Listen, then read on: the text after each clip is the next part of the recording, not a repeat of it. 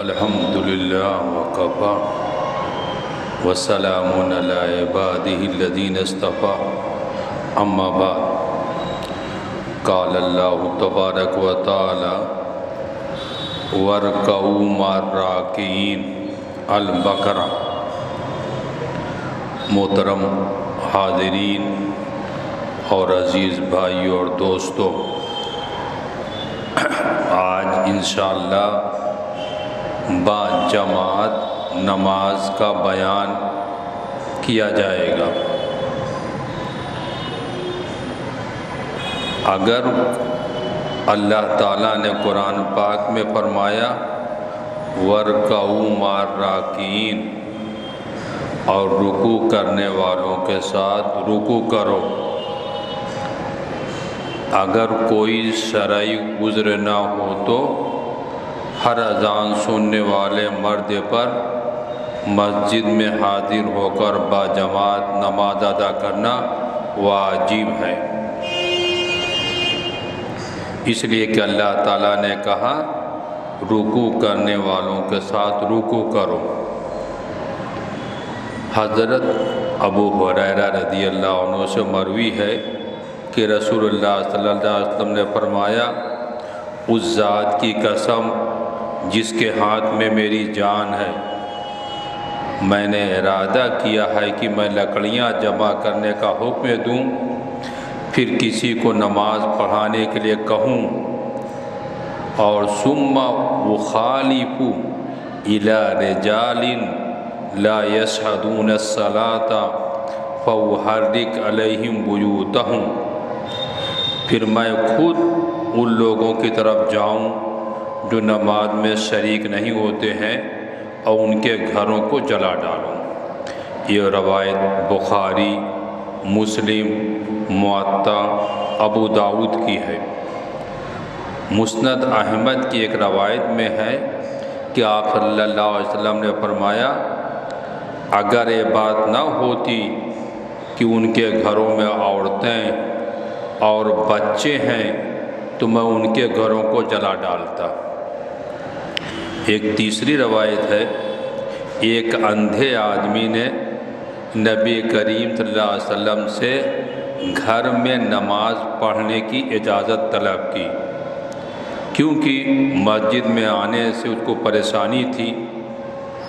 آپ صلی اللہ علیہ وسلم نے دریغ سے کہا، هل تسمع النداء، کیا تم اذان سنتے ہو؟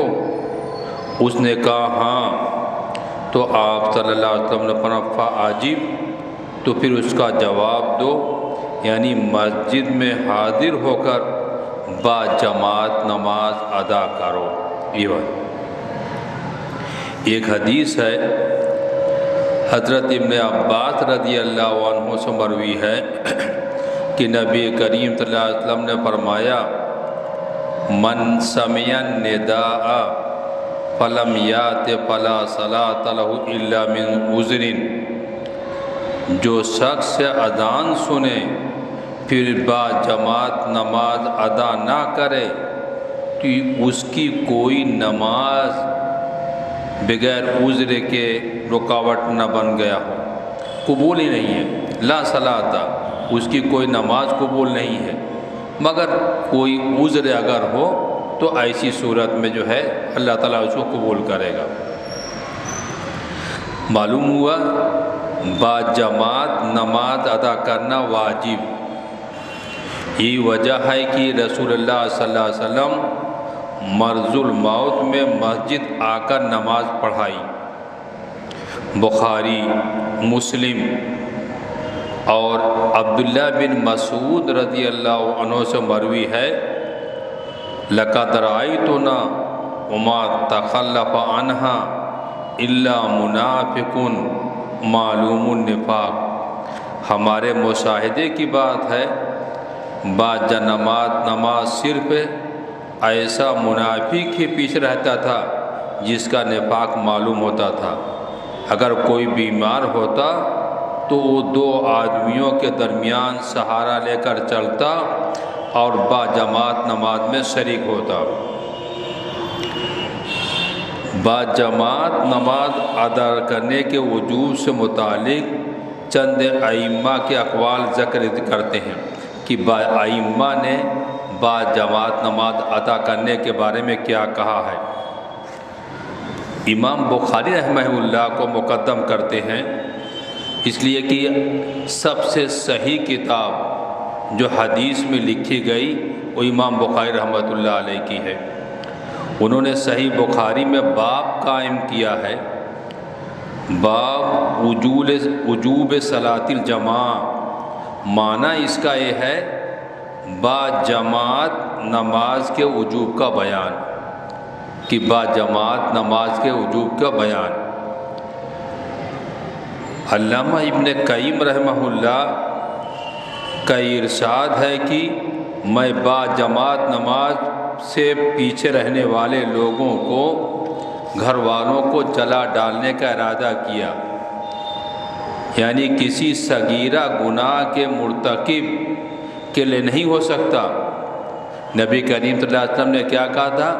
جو نماز میں شریک نہیں ہوتے، جو حدیث بیان کیا بھی، تو میں احرق علیہم بیوتہم، میں ان کے گھروں کو جلا دوں، لیکن بیمار عذر کا ارادہ ہے کہ وجہ سے کچھ نہیں آ سکتا، اس لیے آپ نہیں ہیں، اور یہ کام صرف کبیرہ گناہی میں ہو سکتا ہے۔ معلوم ہوا باجماعت نماز نہ پڑھنا یہ گناہ کبیرہ میں سے ہے۔ بہت بڑے محدث ابھی چند 20-22 سال پہلے انتقال ہوا، علامہ البانی رحمہ اللہ کہتے ہیں کہ نماز جماعت کے ساتھ پڑھنا واجب ہے، نماز جماعت کے ساتھ پڑھنا واجب ہے۔ یہ تو میں نے بیان کیا۔ کم سے کم 2 آدمیوں کے ساتھ بھی جماعت منعقد ہو سکتی ہے، 2 آدمی ہیں ان کے ساتھ بھی جماعت کیا ہے واقع ہو سکتی منعقد۔ اور حضرت ابن عباس رضی اللہ عنہ سے مروی ہے کہ میں نے ایک رات رسول اللہ صلی اللہ علیہ وسلم کے ساتھ نماز ادا کی، فَقُمْتُ عَنْ يَسَارِهِ فَأَخَذَ رسول اللہ صلی اللہ علیہ وسلم بِرَاسِي مِنْ ورائی فَجَعَلْنِي عَنْ يَمِينِهِ، میں آپ صلی اللہ علیہ وسلم کے بائیں جانب کھڑا ہو گیا تو رسول اللہ صلی اللہ علیہ وسلم نے پیچھے میرا سر پکڑا اور مجھے اپنے دائیں جانب کھڑا کر دیا۔ یعنی چھوٹے بچے تھے عبداللہ بن عباس رضی اللہ تعالیٰ عنہ، تو نبی کریم صلی اللہ علیہ وسلم جب رات کی تہجد کی نماز کے لیے کھڑے ہوئے تو یہ بھی اپنا وضو کر کے کھڑے ہو گئے، تو بائیں جانب نبی کریم صلی اللہ علیہ وسلم کے کھڑے ہوئے تو آپ نے ان کو پکڑ کے داہنے جانب کر دیا۔ تو معلوم ہوا کہ 2 آدمیوں کی بھی جماعت ہو سکتی ہے۔ اکیلے مرد کی اکیلے عورت کے ساتھ جماعت درست ہے، مرد اکیلا ہے، عورت اکیلی ہے، جماعت درست ہے۔ امام بخاری رحمہ اللہ نقل فرماتے ہیں کانت عائشۃ یومہا عبدہا ذکوان من المصحف، حضرت عائشہ رضی اللہ عنہ کا غلام ذکوان تھا، مصحف دیکھ کر ان کی امامت کراتا تھا۔ قرآن پاک کو دیکھ کے حضرت عائشہ صدیقہ رضی اللہ تعالیٰ عنہ کی امامت کراتا تھا۔ وہ کون تھا؟ ان کا غلام۔ یہ کہاں کی روایت ہے؟ بخاری کی۔ حضرت عائشہ رضی اللہ عنہ سے مروی ہے کان نبی صلی اللہ علیہ وسلم اذا رجع من المسجد صلی بنا، کہ کبھی کبھی جب نبی کریم صلی اللہ علیہ وسلم مسجد سے لوٹتے تو ہمیں بھی نماز پڑھاتے تھے، ہمیں بھی نماز پڑھاتے تھے۔ اب ایک بات ہے، عورت مرد کی طرح امام کے ساتھ نہیں کھڑی ہوگی، جیسے مرد کھڑے ہوتے ہیں ویسے عورت نہیں کھڑی ہوگی، بلکہ امام کے پیچھے کھڑے ہوگی عورت۔ امام بخاری نے باب قائم کیا ہے المرأۃ وحدہا تکون صفا، اکیلی عورت سب کے حکم میں ہوتی ہے، ایک عورت اکیلی ہے وہ سب کے حکم میں ہوتی ہے۔ حضرت دلیل کیا دیتے ہیں؟ حضرت انس رضی اللہ عنہ بیان کرتے ہیں کہ صلیت انا و یتیم فی بیتنا خلف النبی صلی اللہ علیہ وسلم و ام سلیم خلفنا۔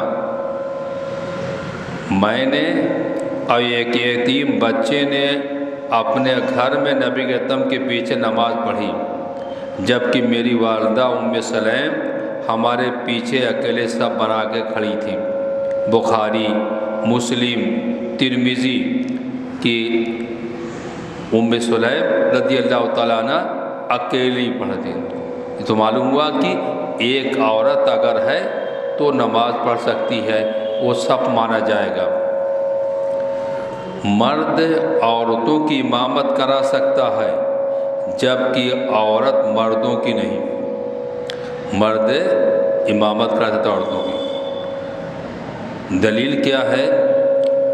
حضرت انس رضی اللہ عنہ سے مروی ہے، صلیت انا و یتیم فی بیتنا خلف النبی، میں نے اور ایک یتیم بچے نے نبی کریم صلی اللہ علیہ وسلم کے پیچھے اپنے گھر میں نماز پڑھی اور میری والدہ ام سلیم ہمارے پیچھے کھڑی تھیں۔ تو معلوم ہوا مرد امامت کرائے گا، عورت نہیں۔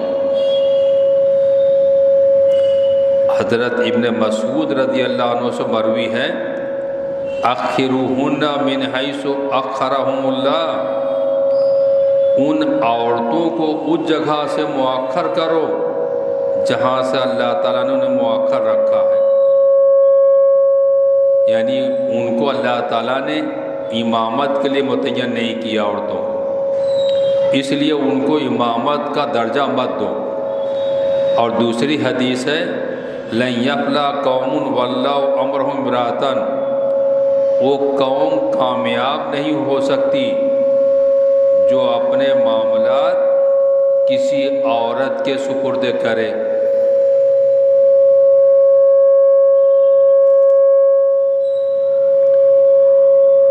شریعت اسلامیہ میں عورت کو مردوں کی امام بنانے کا کہیں ثبوت نہیں ہے۔ شریعت اسلامیہ میں عورت کو امام بنانے کی کہیں ثبوت نہیں ہے کسی حدیث میں۔ تو معلوم ہوا کہ عورت امامت نہیں کر سکتی ہے۔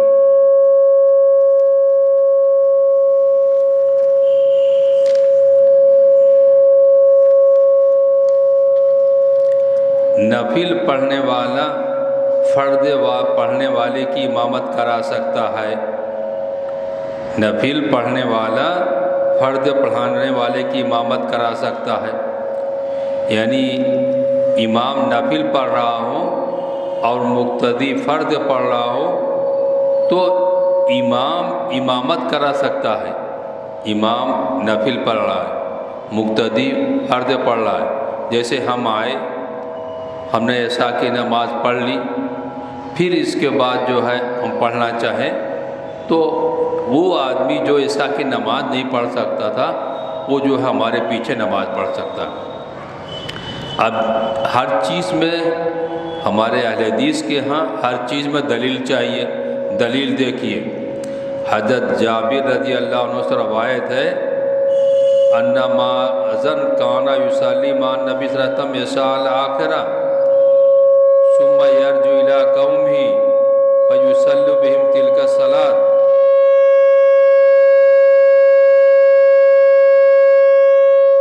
حضرت معاذ رضی اللہ عنہ نبی کریم صلی اللہ علیہ وسلم کے ساتھ عشاء پڑھتے تھے، پھر اپنی قوم کی طرف لوٹتے تھے تو انہیں نماز پڑھاتے تھے۔ یہی نماز نبی کریم صلی اللہ علیہ وسلم کے ساتھ پڑھتے تھے، پھر اپنی قوم میں مدینہ تو یہی نماز پڑھاتے تھے عشاء کی۔ یہ بخاری اور مسلم اور ابو داؤد نے روایت کیا۔ حنفیہ کے نزدیک نفل پڑھنے والے کے پیچھے فرض پڑھنے والے کی نماز درست نہیں، کیونکہ امام اور مقتدی کی نیت ایک ہونی چاہیے۔ اور جو حدیث پیش کرتے ہیں لا تختلفوا علی امامکم، اپنے امام سے اختلاف مت کرو۔ تو علماء نے بیان کیا، محدثین نے بیان کیا یہ حدیث ضعیف ہے، کیونکہ اس کی سند میں اسماعیل بن مسلم مکی راوی ضعیف ہیں۔ کہاں؟ تقریب التہذیب صفحہ 144۔ نفلوں کی جماعت یعنی نفل کے پیچھے نفل کا حکم ہے۔ ہم نفل پڑھ رہے ہیں، آپ بھی نفل پڑھ رہے ہیں تو جماعت کر سکتے ہیں۔ نفلوں کی جماعت کرانا صحیح حدیث سے ثابت ہے۔ کیسے؟ قیام رمضان نماز تراویح کی آپ صلی اللہ علیہ وسلم نے جماعت کرائی، اور تراویح جو ہے جس کو تہجد کہتے ہیں فرض نہیں ہے، نفل ہے۔ یہ کس نے روایت کیا؟ بخاری نے۔ حضرت ابن عباس نے رضی اللہ عنہ نے رسول اللہ صلی اللہ علیہ وسلم کے ساتھ با جماعت قیام اللیل کیا۔ جب نبی کریم صلی اللہ علیہ وسلم کے پاس رات کے وقت اٹھے تو شریک ہو گئے جماعت کے ساتھ۔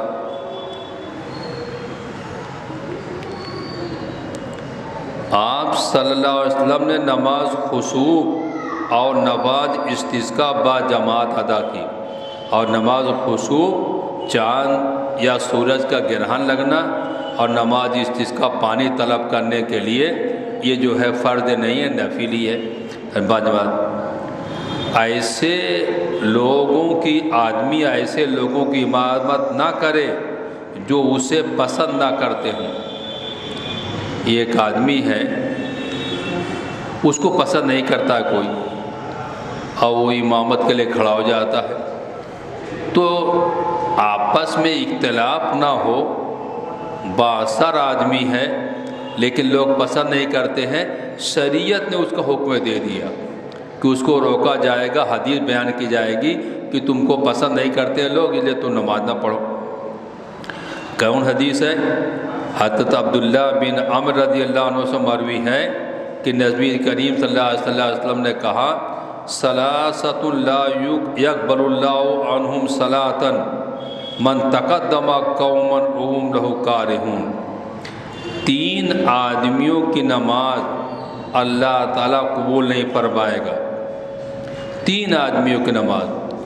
پہلا وہ شخص جو امامت کے لیے کسی قوم کے آگے بڑھے لیکن وہ لوگ اسے ناپسند کرتے ہوں، ناپسند کرتے ہوں۔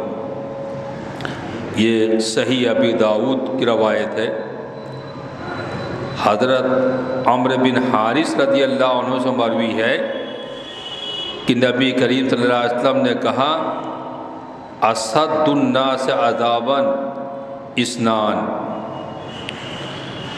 لوگوں میں جنہیں سب سے سخت عذاب دیا جائے گا وہ 2 آدمی ہیں، ایک اوسی عورت جو اپنے خاوند کی نافرمان ہے، دوسرا وہ امام جسے مقتدی ناپسند کرتے ہوں، وہ امام جسے مقتدی کیا ہے ناپسند کرتے ہوں، تو یہ جو ہے لوگوں میں سخت جو ہے جن کو عذاب دیا جائے گا وہ ہے۔ نماز میں امام جو ہے کمزوروں کا خیال رکھے،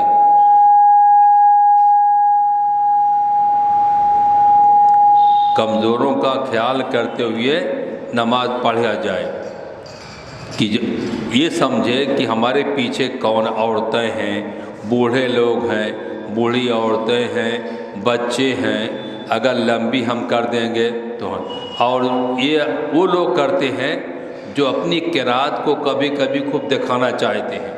ہاں، تو اس لیے دیکھیے حدیث حضرت ابو ہریرہ رضی اللہ عنہ سے مروی ہے کہ نبی کریم صلی اللہ علیہ وسلم نے فرمایا اذا اما احدکم الناس فلیخفف فإن فیہم الصغیر والکبیر والضعیف وذا الحاجۃ فإذا صلی وحدہ فلیصلی کیف یشاء۔ کہ جب کوئی آدمی امامت کرائے تو اسے قرات میں تخفیف کرنی چاہیے، ہلکی قرات کرنی چاہیے، اس لیے کہ مقتدیوں کے جو مقتدی ہوتے ہیں، نماز پڑھنے والے بچے ہوتے ہیں، بوڑھے ہوتے ہیں، کمزور ہوتے ہیں، حاجت مند لوگ ہوتے ہیں۔ ہاں جب تنہا پڑھے تو خوب لمبی جس طرح سے چاہے پڑھے، یہ شریعت کا حکم ہے۔ شریعت کا حکم ہے کہ نماز میں ہر ایک کا خیال کیا گیا۔ اور یہ روایت کس کی ہے؟ بخاری کی، مسلم کی۔ اور دوسری روایت ہے حضرت انس رضی اللہ عنہ سے مروی ہے کہ نبی کریم صلی اللہ علیہ وسلم نے فرمایا، میں نماز کو لمبا کرنا چاہتا ہوں۔ کون؟ نبی کا اسلام نے ارادہ کیا، لیکن بچے کی رونے کی آواز سن کر مختصر کر دیتا ہوں، کیونکہ اس کے رونے سے اس کی ماں کی پریشانی و تکلیف کو میں جانتا ہوں۔ بچے کے رونے کی وجہ سے کیا تکلیف ہے، کیا حالت ہے، اس طریقے سے۔ تو اس حدیث سے معلوم یہ ہوا کہ آپ ایک لمبی قرات کرنا چاہتے ہیں، سورت پڑھ چاہتے ہیں، اگر کوئی معاملہ ہو گیا تو مختصر کر دینا چاہیے۔ انسان کو، امام کو اختیار ہے۔ حضرت عمر رضی اللہ تعالیٰ عنہ جب نماز پڑھا رہے تھے اور ابو لولو نے آپ پر حملہ کیا اور اس کے بعد آپ گر پڑے، تو راوی کہتے ہیں فقدنا صوت عمر، کہ ہم عمر رضی اللہ تعالیٰ عنہ کی آواز کھو دیے۔ تو دوسرے صحابی آگے بڑھ گئے اور مختصر نماز پڑھایا، اور تاکہ جو ہے پھر اس کے بعد جو ہے دیکھا تو معلوم ہوا کہ حالات کے اعتبار سے مختصر نماز جو پڑھانا چاہیے، یا اگر آدمی ارادہ کرے لمبی پڑھانے کا اور کوئی ایسی ضرورت پڑ جائے تو اختصار کرنا چاہیے۔ ایک صحابی تھے معاذ رضی اللہ تعالیٰ عنہ، طویل نماز پڑھانے تھے، چنانچہ ایک آدمی ان کی نماز کو چھوڑ کے الگ پڑھ کے چلا گیا۔ نبی کریم صلی اللہ علیہ وسلم کے ساتھ پڑھتے تھے معاذ رضی اللہ تعالیٰ عنہ، اس کے بعد اپنی قوم میں آتے تھے، ان کو بھی نماز پڑھاتے تھے، عشاء کی نماز۔ ایک بیچارہ دن بھر جو کھیت میں کام کرتا ہے وہ تھک گیا، نماز توڑ کے الگ پڑھا، چلا گیا گھر۔ تو لوگوں نے کہا منافق منافق، ایسی باتیں کہیں کہ کیا کیا؟ چنانچہ نبی کریم صلی اللہ علیہ وسلم کے پاس آیا اور اپنی بات کو ذکر کیا کہ اللہ کے رسول صلی اللہ علیہ وسلم ایسا معاملہ ہوا۔ تو آپ بہت غصہ ہوئے حضرت معاذ رضی اللہ تعالیٰ عنہ پر۔ کیا کہا؟ حدیث کا ایک ٹکڑا بیان کر رہا ہوں۔ اتريد ان تكون يا معاذ فتانا، اتريد ان تكون يا معاذ فتانا، اے معاذ کیا تو نمازیوں کو فتنہ میں مبتلا کرنا چاہتے ہو؟ مبتلا کرنا چاہتے ہو؟ اس کو بخاری اور مسلم نے روایت کیا، اس کو بخاری اور مسلم نے روایت کیا۔ اچھا، ہم نے کہا کہ نماز میں ہر کی ضرورت خیال کرنا چاہیے، بچوں کی، بوڑھوں کی، بیماروں کے، کمزوروں کی۔ اس کا مطلب یہ نہیں ہے کہ اتنا جلدی نماز پڑھا جائے کہ جو ارکان ہیں، جو دعائیں ہیں وہ بھی نہ پڑھی جائیں، وہ بھی تو چھوڑ دی جائے، جھٹ رکوع سجدہ سجدہ نہیں۔ خشوع و خضوع ضروری ہے، خشوع اور خضوع کے ساتھ نماز پڑھا جائے، اطمینان اور اعتدال کے ساتھ نماز پڑھا جائے۔ کیوں؟ نبی کریم صلی اللہ علیہ وسلم کے پاس ایک آدمی آیا، نماز پڑھ کے اور سلام کیا، آپ نے کہا ارجع فصلی فإنک لم تصلی، جاؤ نماز پڑھ نہیں پڑھا، 2-3 مرتبہ ہو گیا۔ تو اس آدمی نے کہا کہ اللہ نبی صلی اللہ علیہ وسلم کیسے میں پڑھوں؟ تو آپ نے کہا یہ پڑھو، ایسے کرو اعتدال کے ساتھ۔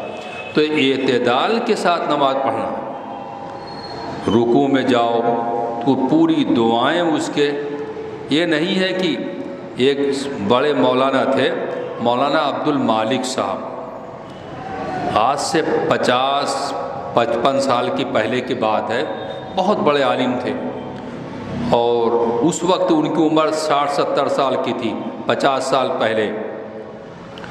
کچھ ذہنی توازن بھی کچھ خراب ہو گیا تھا بیچارے کا حالات کے اعتبار سے، اور پورے ہندوستان میں جاتے تھے تبلیغ کے لیے، پتہ نہیں یہاں مالیگاؤں میں آئے ہیں کہ نہیں ہیں، ہم تو الہ آباد ملاقات۔ کہا کہ ایک صاحب مسجد میں گیا تو دیکھا کھٹ کھٹ کھٹ کھٹ رکوع سجدہ۔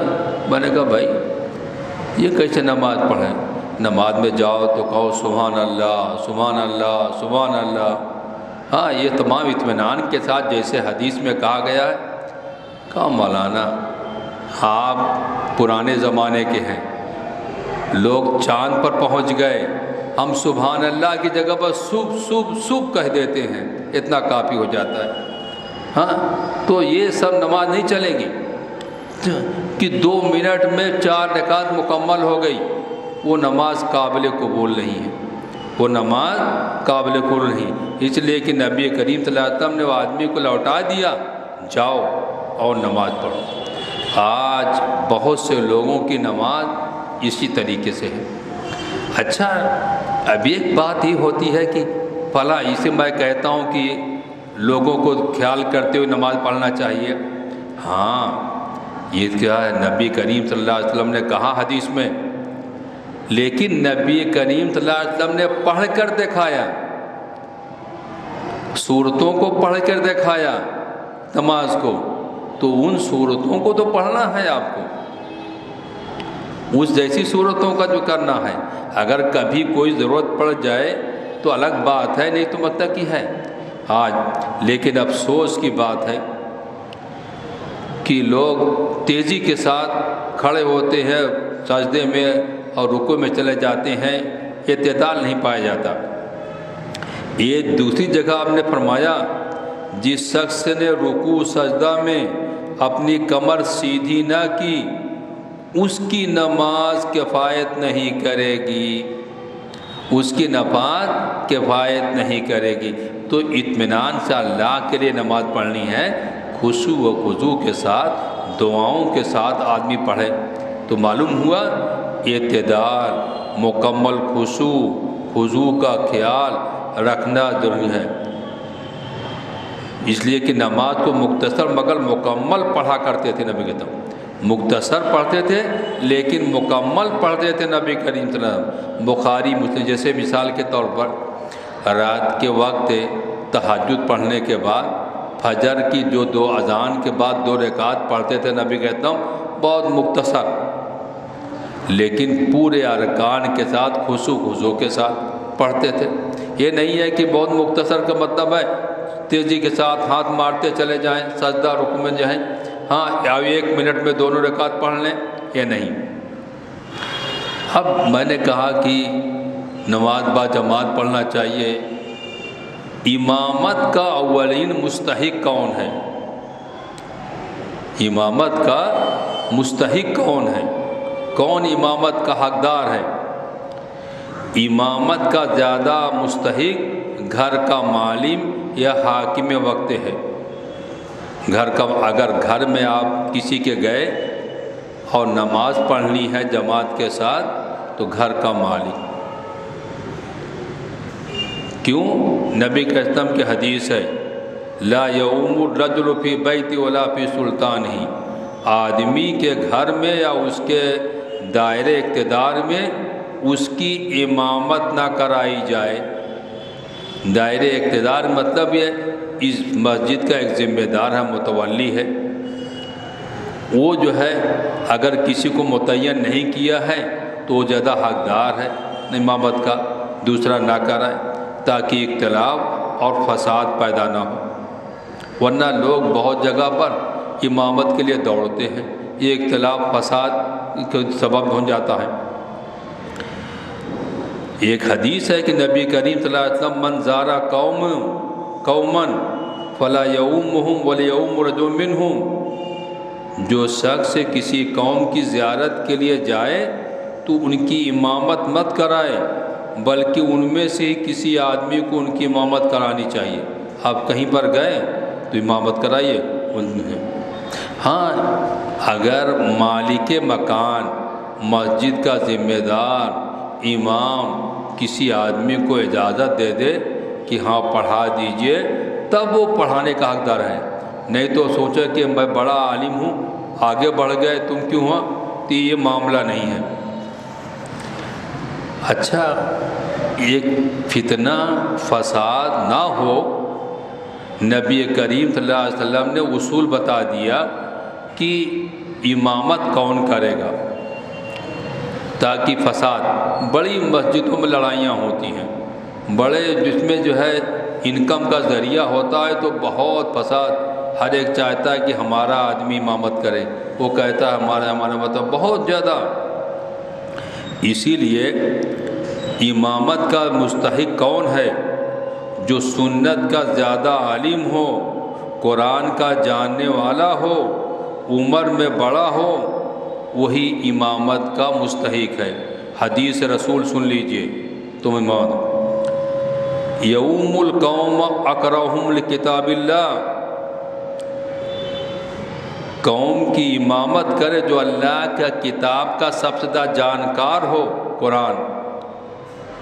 فَإِن كَانُوا فِي الْقِرَاءَةِ سَوَاءً، اگر اللہ کی قرات قرآن میں برابر ہوں، پتہ نہ چلے، فَعَلَهُمْ بِالسُنَّةِ، تو سنت کا سب سے زیادہ جانکار جو ہو۔ فَإِن كَانُوا فِي السُّنَّةِ سَوَاءً، اگر سنت میں بھی سب برابر ہوں، فَأَقْدَمُهُمْ ہجرتاً، ان میں جو ہجرت کے اعتبار سے مقدم ہو، یہ اس وقت زمانہ تھا۔ فَإِن كَانُوا فِي الْهِجْرَةِ سَوَاءً فَأَقْدَمُهُمْ سِنًّا، اگر ہجرت میں سب برابر ہیں کہ ایک ساتھ ہجرت کیے ہیں، تو عمر کا اعتبار کیا جائے گا۔ کس کا اعتبار کیا جائے گا؟ عمر کا اعتبار کیا جائے گا۔ یہ طریقہ بیان کیا گیا تاکہ امامت کا اختلاف، امامت کا فتنہ، یہ تمام چیز نہ پائے جائے۔ اور یہ حدیث میں سامنے، اور اس میں چھٹ جائے گا آدمی، قرآن کا حافظ کون ہے؟ جانکار، ہر آدمی جان جاتا ہے کون زیادہ ہے کم ہے۔ سنت کا ہے، عمر کا اعتبار کیا جائے گا، یہ ہے۔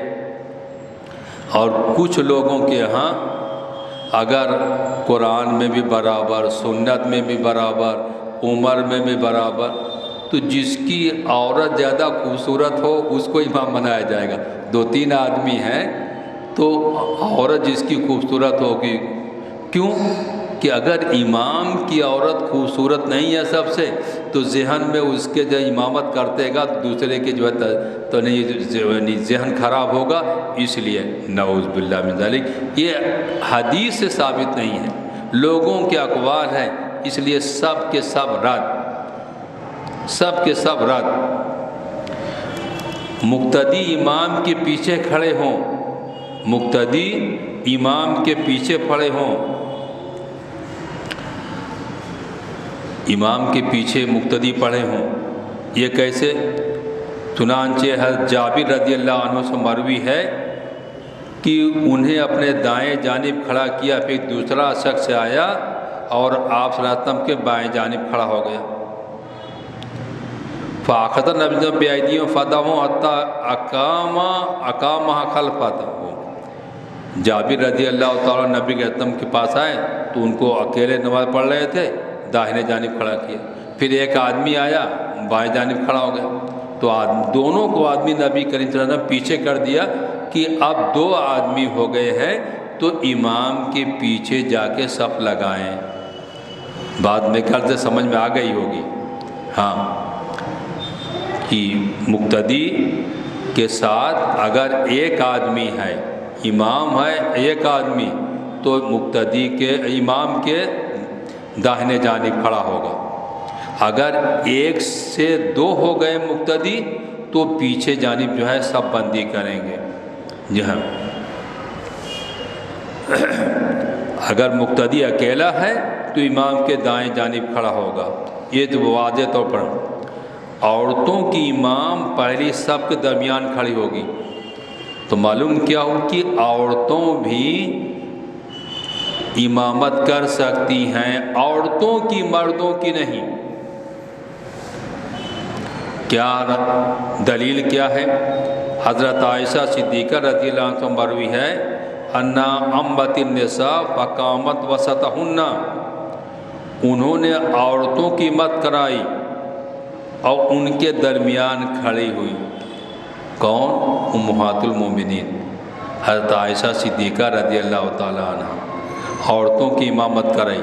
عورتیں ڈھیر اکٹھا ہو گئی ہیں وہ کہیں پر جو ہے. اب امامت کرائیں گی تو اچھا لگے گا الگ الگ پڑھنے سے. ہاں اپنے گھر میں ہے تو اپنا پڑھیں. تو ان کی امامت کرائیں اور درمیان میں کھڑی ہوئی، آگے بھی نہیں، اور بیچ میں جو درمیان میں جیسے اور مقتدی کھڑے ہوتے ہیں اس طریقے سے. ایک روایت میں ہے حضرت ام سلمہ رضی اللہ عنہ کے متعلق مروی ہے کانت تعومہن فی رمضان و تقوم معہن فی الصف، وہ رمضان میں عورتوں کی امامت کراتی تھی اور ان کے ساتھ صف میں کھڑی ہوتی تھی. تو معلوم ہوا کہ عورتیں اگر اکٹھا ہو گئی ہیں تو رمضان وغیرہ میں تراویح میں تو وہ امامت ام سلمہ رضی اللہ تعالیٰ عنہ کراتی تھی اور درمیان میں معلوم کھڑی ہوتی تھی. ان دلائل سے معلوم ہوتا ہے کہ عورت امامت کرا سکتی ہے، بلکہ عورتوں کے ساتھ پہلی صف کے بیچ میں کھڑی ہوگی. نیز عورت صرف عورتوں کی امامت کرا سکتی ہے، مردوں کی نہیں. یہ چند چیزیں تھیں اور کچھ باقی ہے صف بندی سے متعلق اور چیزوں سے متعلق انشاءاللہ آئندہ جو ہے موقع ملے گا تو آپ لوگوں کے سامنے بیان کیا جائے گا. اللہ تعالی ہم کو توفیق دے، ہمارے بھائیوں کو بھی کہ نماز کی پابندی کریں جماعت کے ساتھ. وآخر دعوانا الحمدللہ رب العالمین.